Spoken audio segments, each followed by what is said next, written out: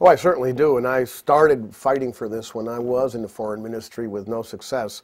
I think it is irresponsible of Mexico to abdicate from this type of commitment with so many other countries in Latin America, smaller or larger, from Chile and Uruguay to Argentina and Brazil, have always fulfilled.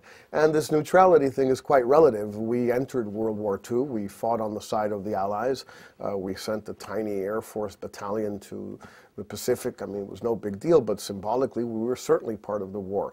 This notion that we are neutral is something that Mexicans have made up to themselves, to ourselves now for a long time, but which doesn't really correspond to the truth.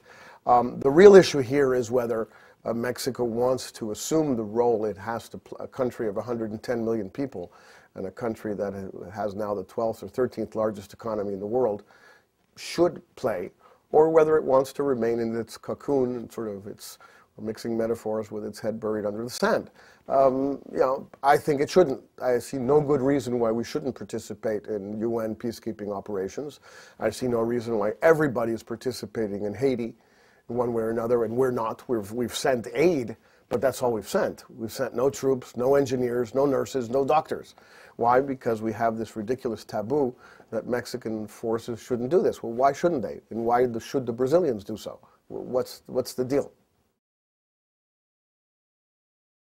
Well, my sense is that we're moving closer and closer to forms of economic integration with the United States and Canada, and conceivably Central America and the Caribbean could become part of that in the coming years. I don't see Mexico as a Latin American country. Too much of our trade, investment, tourism, immigration, remittances, absolutely everything is concentrated exclusively with the United States. So Mexico has to be part of a North American community, a North American union, which at some point probably should include some type of monetary union along European lines with a free flow of labor, with energy being on the table, etc.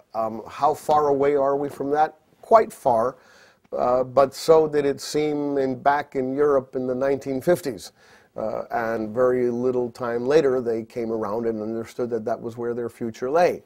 My sense is that the Mexican society is voting with its feet.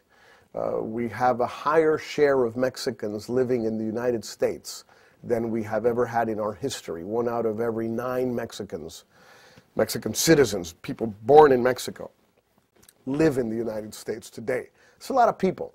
We have, as I said, 1 million Americans living in Mexico. That's more than in any other country in the world for civilian Americans. Military is different, but civilians, that's the highest number in the world. So that's where Mexico is going to end up, I think.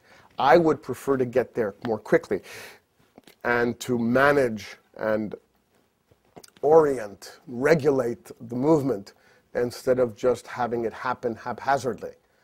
But I think the result will be the same anyway.